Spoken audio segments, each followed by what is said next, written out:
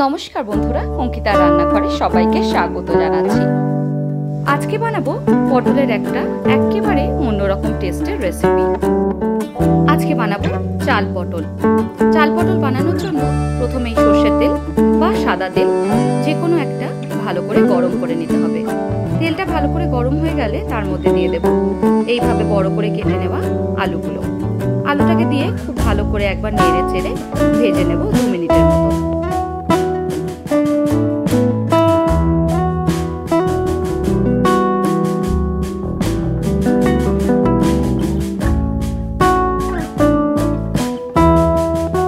ভালোভাবে আলুটাকে ভেজে নিয়েছি। এবার দিয়ে দিচ্ছি কেটে নেওয়া পটল। পটলটাকে দিয়ে খুব ভালো করে একবার নেড়ে চেড়ে ভেজে নেব।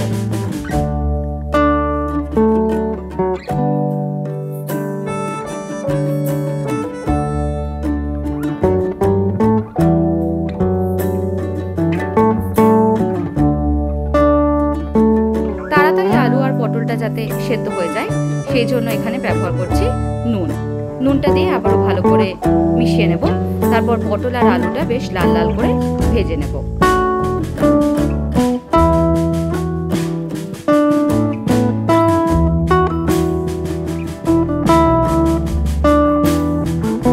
দেখুন এইভাবে লাল লাল করে ভেজে নিতে হবে আলু আর পটলটা।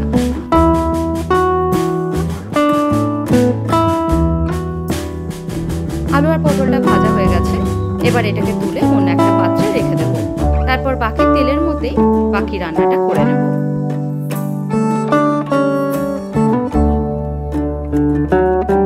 আলু আর পটলটা তুলে নিয়ে ওই তেলের মধ্যেই ফোড়নে দিয়ে দিচ্ছি জিরে, শুকনো লঙ্কা আর তার সঙ্গে তেজপাতা।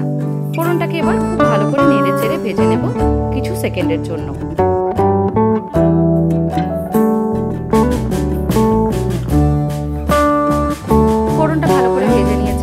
এবার দিয়ে দিচ্ছি এর মধ্যে আদা আর কাঁচা লঙ্কা বাটা। এখানে আমি 1/2 ইঞ্চি আদা ব্যবহার করলাম আর তার সঙ্গে 5টা কাঁচা লঙ্কা। খুব ভালো করে এবার এই মশলাটাকে কষিয়ে নেব যতক্ষণ না কাঁচা গন্ধটা চলে যাচ্ছে। মশলাটা কষে গেছে। এবার দিয়ে দিচ্ছি একটা ছোট সাইজের টমেটো। টমেটোটা দিয়ে খুব ভালো করে একবার নেড়ে চেড়ে মিশিয়ে নেব।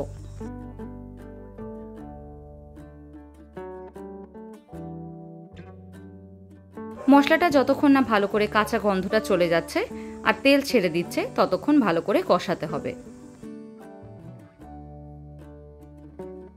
মশলাটা ভালো করে কষে গেছে। এবার দিয়ে দিচ্ছি নুন আর তার সঙ্গেই হলুদ। হলুদ আর নুনটা দিয়ে খুব ভালো করে আরেকবার মিশিয়ে নেব। তারপর আরো কষতে দেব 5 মিনিটের মতন।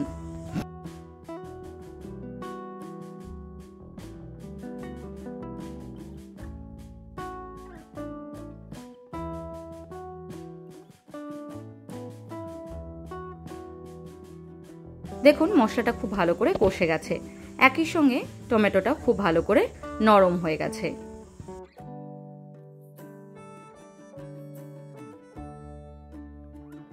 এবার এখানে দিয়ে দিচ্ছি আগের থেকে ধুয়ে রাখা জল ঝরিয়ে নেওয়া গোবিন্দভোগ চাল।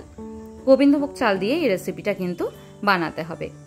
চালটা দিয়ে দিলাম। এবার ভালো করে মশলার সাথে মেশাবো মোটামুটি 2 থেকে 3 মিনিটের মতন। অনবরত নাড়তে থাকতে হবে, না তো অনেক সময় দেখা যায় চালটা নিচে লেগে যেতে পারে।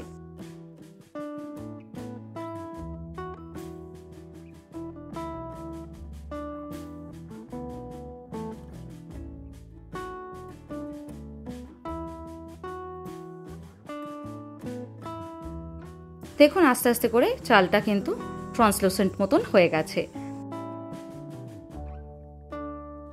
চালটা যত ভালো করে মশলার সাথে মেশানো হবে ততই কিন্তু এটার স্বাদ বেরিয়ে আসে।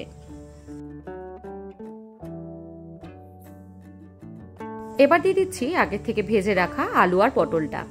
আলু আর পটলটা দিয়েও একইভাবে সমস্ত কিছু মিশিয়ে নেব।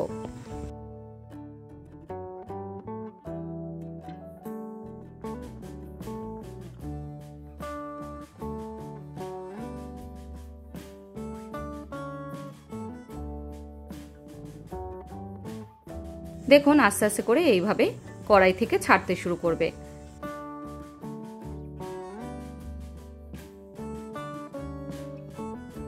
এবার দিয়ে দিচ্ছি এর মধ্যে জল। চাল, পটল, আলু এই তিনটেই সেদ্ধ হতে বাকি আছে, তাই এই সময় জলটা আমরা ব্যবহার করব। খুব ভালো করে এবার জলটা দিয়ে একবার মিশিয়ে নেব। এখানে আমি 2 কাপ পরিমাণে জলের ব্যবহার করলাম।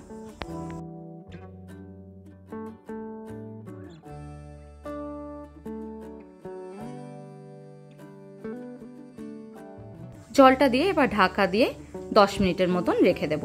গ্যাসের ফ্লেমটাকে এই সময় একদম লোতে করে রাখবো। 10 মিনিট পর ঢাকাটাকে খুলে দিচ্ছি।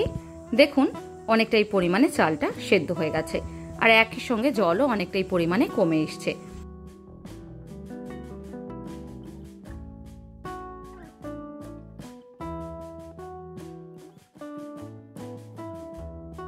এবার দিয়ে দিচ্ছি এর মধ্যে একদম অল্প পরিমাণে গরম মশলার গুঁড়ো। গরম মশলাটা দিয়ে খুব ভালো করে একবার মিশিয়ে নেব।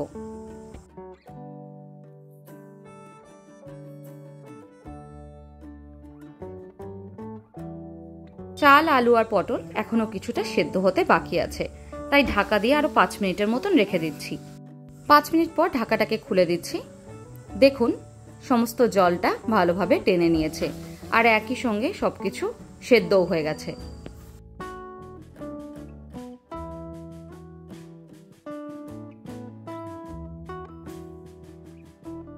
খুব আলতো হাতে এবার সমস্ত কিছু একবার মিশিয়ে নেব।